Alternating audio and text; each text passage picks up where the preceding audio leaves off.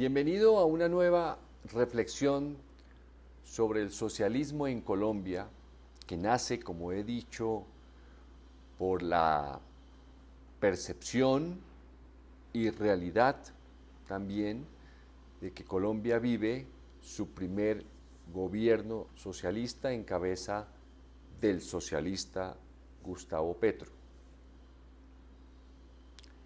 En la anterior ocasión mencioné pregunté qué se puede construir en una nación que está dominada por un conflicto multicéntrico,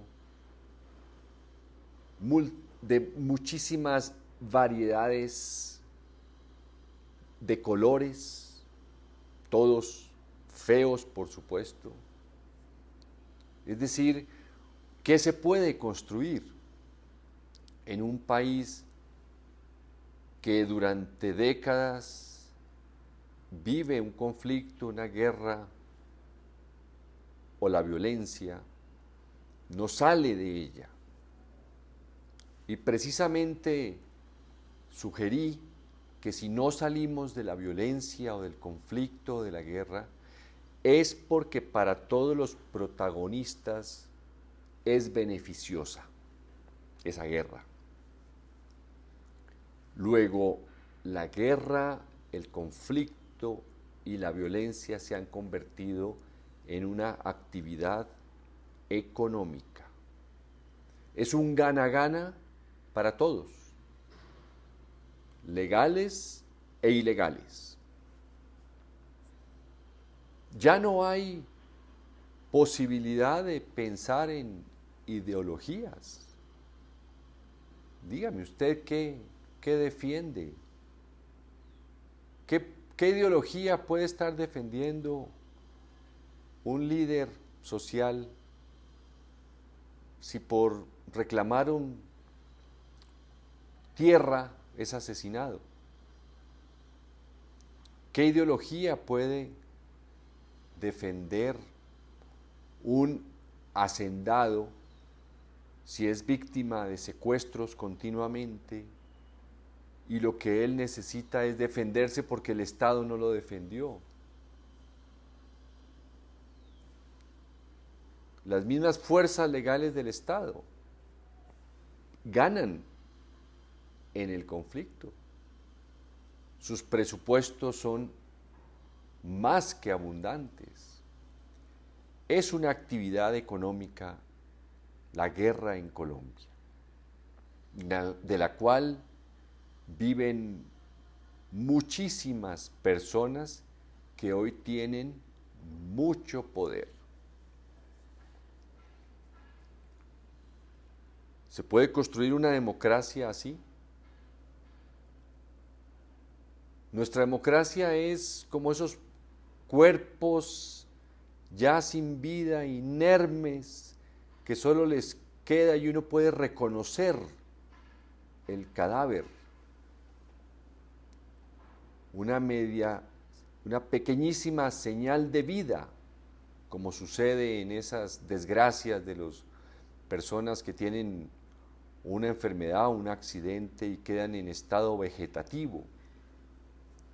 Nuestra democracia tiene un estado vegetativo. Su único signo de vida es que cada cierto tiempo hay unas elecciones que son libres en algunas partes del territorio, pero en otras, como los mismos caciques de la democracia hacen alarde de la compra de votos, ellos mismos hacen alarde de esa práctica democrática que ellos llaman ingrediente de la democracia.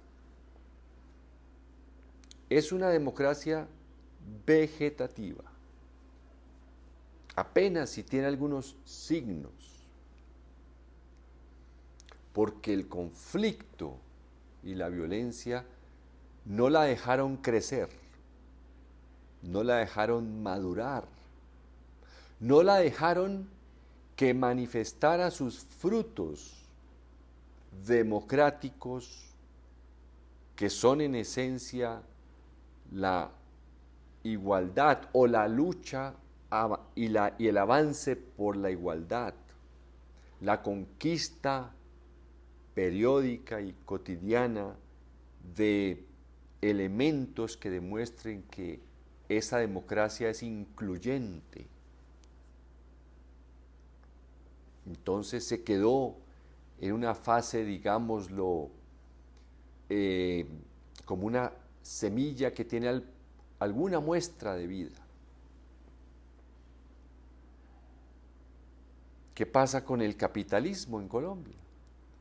Capitalismo vulgar, capitalismo en el que la oferta y la demanda se da en muchas partes en las que el poder político recibe la oferta de los grupos corruptos que se han tomado los contratos en Colombia y les ofrece unas comisiones y ellos demandan unas comisiones. Esa es la ley de la oferta y la demanda. En el campo de las obras públicas, no quiero mencionar ni un ejemplo para que no se me queden los miles que se quedarían como no importantes. Capitalismo vulgar, el que ha traído el estilo de vida del narcotráfico mezclado con los grupos guerrilleros, con los paramilitares y con los organismos legales de seguridad del Estado. Capitalismo vulgar que es capaz de asesinar para tomar tierras, que es capaz de irse a las notarías y asesinar al notario si no cumple con el deseo del criminal por escriturarle la tierra. Es un capitalismo como el que vivió América con la conquista. Primero el descubrimiento, la conquista, la colonia, durante 3 siglos. Ese es un capitalismo ordinario, rústico. ¿Cómo puede haber un capitalismo donde cada vez hay menos opciones para que las personas del campo se eduquen? Eso no es desarrollo del capitalismo. Nadie podría ir a presentar el capitalismo colombiano a un aula de clase de una universidad de cualquier parte del mundo como ejemplo de liberalismo económico. Socialismo hay, en Colombia hay ideas que se conviertan en leyes para llevar recursos a las zonas alejadas del país y comenzar por instalar allá escuelas, universidades técnicas o tecnológicas para que al aprender oficios propios de las regiones, luego haya carreteras para sacar los productos a los puertos del Pacífico y exportarlos a los países del Asia. ¿Hay eso? Hay un socialismo ramplón, cuando hay grupos guerrilleros que se toman pueblos, municipios o cadenas de municipios, que lo he escuchado yo desde cuando, como estudiante de medicina, escuchaba a los compañeros míos que hacían rural en algunas zonas alejadas del país, en donde dominaban los grupos guerrilleros. Desde esa época, estoy hablando hace más de 30 años. Ese era un socialismo ramplón, ordinario, vulgar también. Llegan unos guerrilleros y asesinan al corrupto, al que ellos creen que es corrupto, porque no les da lo que les corresponde también.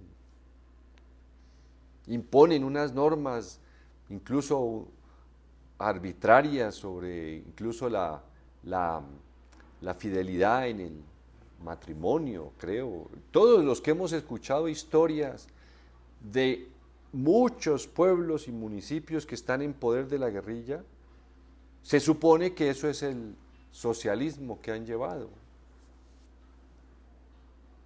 Yo no creo que ni democracia, ni capitalismo, ni socialismo.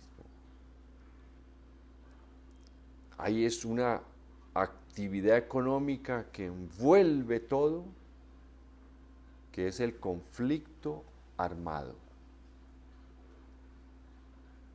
¿Qué necesitamos para construir algo?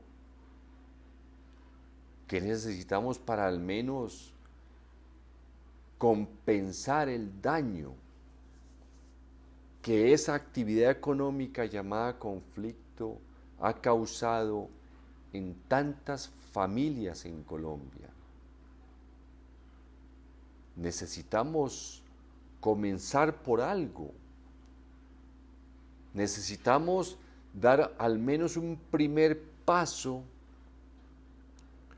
que anuncie un segundo y un tercero en la dirección de algo que nos diga que estamos construyendo una sociedad en la que los extremos, ambos vulgares del capitalismo y el socialismo, se van acercando y van entablando un diálogo fecundo, una fecundación mutua de ideas en las que el capitalismo de verdad estimule las mentes innovadoras que hay en todo el territorio. Hay mentes innovadoras en el Pacífico pobre y miserable de Colombia. Hay mentes innovadoras en los departamentos de Guainía, Vaupés, etcétera, que no solo innoven en el narcotráfico. Hay mentes innovadoras en La Guajira que necesitan que se les lleve educación para que desarrollen proyectos individuales propios de un capitalismo próspero, lucido, elegante, fino, si se quiere. Y necesitamos que esas mentes prósperas que tienen oportunidades al pagar impuestos, el Estado lleve salud y educación para que las personas puedan concentrarse en su trabajo y que cuando necesitan un servicio de educación, un servicio de salud, simplemente vayan a una institución o las instituciones los persigan, ayudándoles a mantener la salud, la prosperidad, el bienestar. Y que cuando un obrero tiene un empleo, el empleo que fue creado por el socialismo, cuando un obrero tiene empleo y no puede pagarle la educación a sus hijos, el Estado le ofrece esa educación a los hijos.